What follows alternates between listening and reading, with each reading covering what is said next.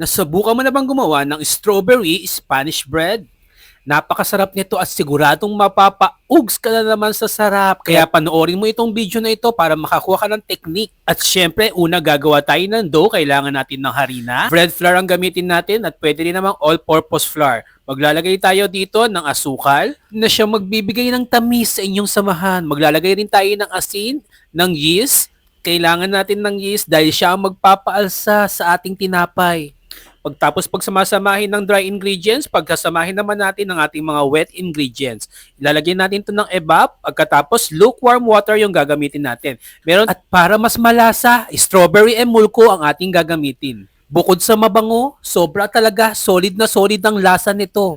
Ihalo lang natin to sa ating milk and water ingredients pagkatapos kailangan simutin para lasang-lasa talaga ang ating strawberry. Mabuti na lang talaga at nakapagbaon ako nito dahil kung hindi, siguradong hindi tayo makakagawa ng strawberry Spanish bread. At eto na, ihalo na natin ito sa ating dry ingredients. Straight dough method itong ating gagawin.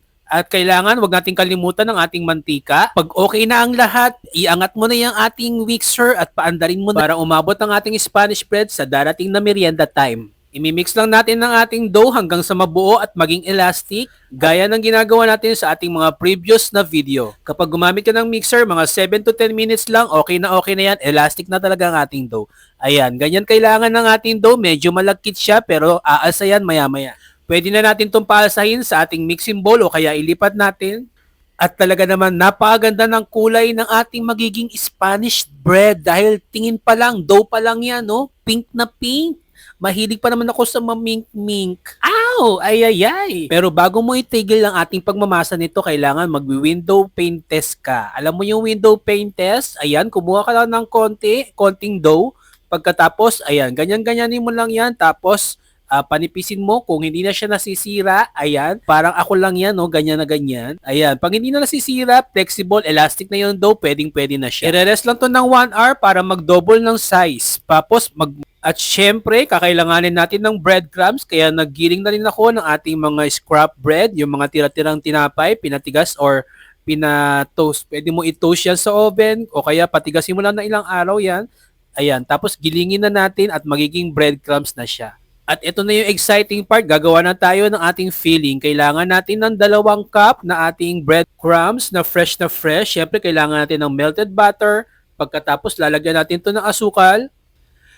At syempre, hindi natin pwedeng kalimutan ng ating strawberry emulko flavoring na siya magbibigay ng sarap at strawberry flavor. O di ba? Mahilig ka naman kumain ng strawberry sa gabi. At ayan na nga yung sinasabi ko, di ba? Ayan, ang lapot. Talagang concentrated ang ating emulko strawberry. Huwag mo kalimutang simutin dahil masasayang. Ayan, himud-himurin, halu-haluin. Iko-combine lang natin ng ating mixture. Pag pantay na ang kulay niya, iset aside mo na siya. Ayan. Pagkatapos, balikan na natin ang ating pinaalsang dough. Siyempre, ipapunch mo na muna yung ating dough para ma-release yung hangin.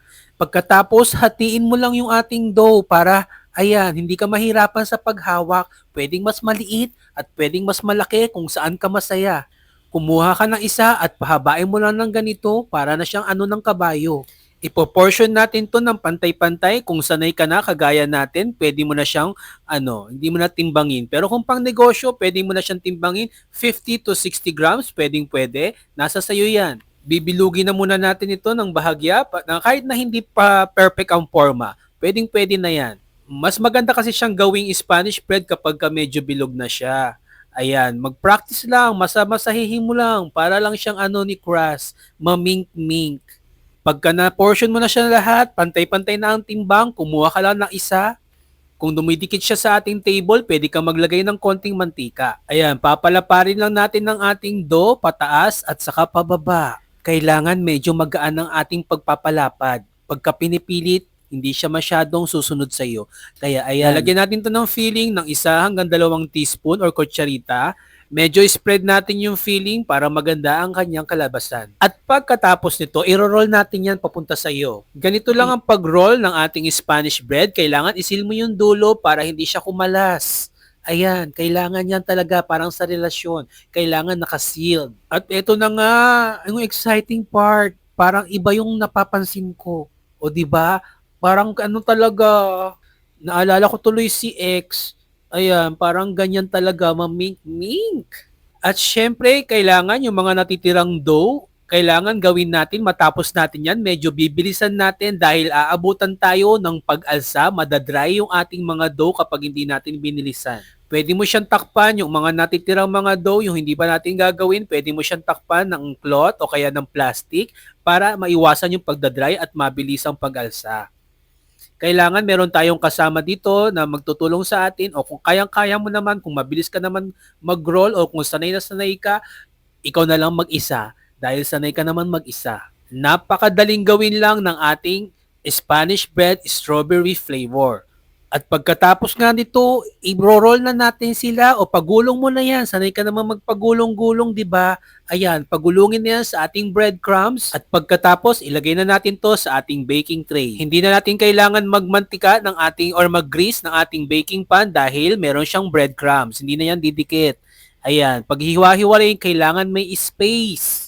Dahil kapag nag-proofing tayo, mas aalsa pa yan mamaya. Pwede nga rin pala yung ating dough na gawin mong strawberry pandesal. Kung may natira kang dough, gawin mong strawberry pandesal o kaya lagyan mo ng kahit anong filling. Ayan, ang mahalaga, may filling.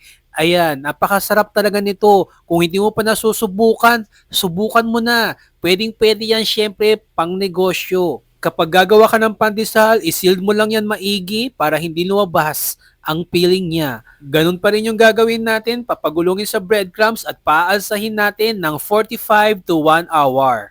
At kapag umalsa na, nag-double na yung kayang size, ibibake na natin ito sa preheated oven ng 180 degrees hanggang ng 20 to 25 minutes. Mahalaga na nagpe-preheat ka ng oven dahil masusunog ang bread mo kapag hindi ka nag-preheat. Ayan, 15 to 20 to 25 minutes bago ka mag-bake, kailangan naka-preheat na yan. At pagtapos nga ng ilang minuto, ito na nga ang ipinaka-aabangan natin na strawberry Spanish bread na sobrang sarap. At amoy na amoy ang pagka-strawberry talaga nito. Napakasarap. Ayan, mausok-usok pa. At alam mo ba, sobrang lambot. Sana masubukan nyo rin dahil sobrang sarap talaga. Ang sarap, mainit. Ang recipe na ito ay inspired and adapted kay Lutong Tinapay na idol natin. Hello, Chef Dean! Huwag kalimutan mag-follow para sa marami pang recipe na siguradong mapapaugs ka sa sarap.